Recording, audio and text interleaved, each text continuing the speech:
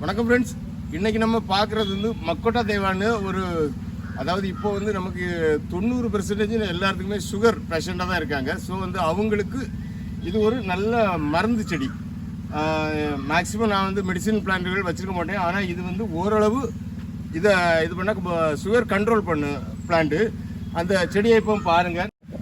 இந்த பழத்தோட கலர் பார்த்த உடனே நமக்கு அதை சாப்பிடணும் போல இருக்கும்.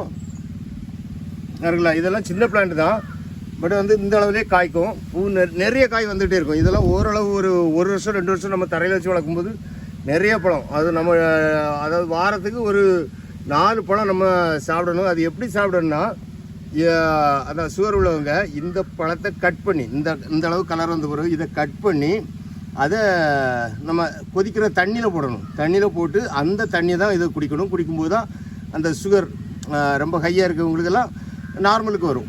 படிப்படியாக அது குறையும்.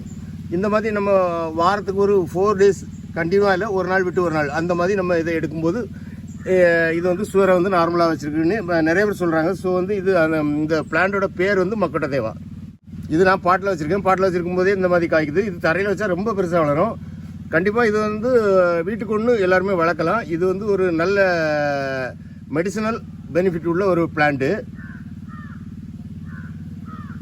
இப்போ இந்த பிளான்ட் சின்னதாக இருக்குது. நான் உங்களுக்கு காட்டுறேன். இப்போ நான் பாருங்கள், இது நான் கவரில் தான் வச்சுருக்கேன். இது எவ்வளோ பெருசாக இருக்குது. ஆனால் நான் பாட்டில் வச்சது வந்து முன்னோட்டியே காய்ச்சிட்டு. இதெல்லாம் கிட்டத்தட்ட 3-4 ஃபீட்டு ஹைட் இருக்குது. ஆனால் இனி வந்து இது காய் வரும். காய் உடனே வரும். அந்த மாதிரி இருக்கும். இது சின்ன சைஸ் பிளான்ட்டுகள்.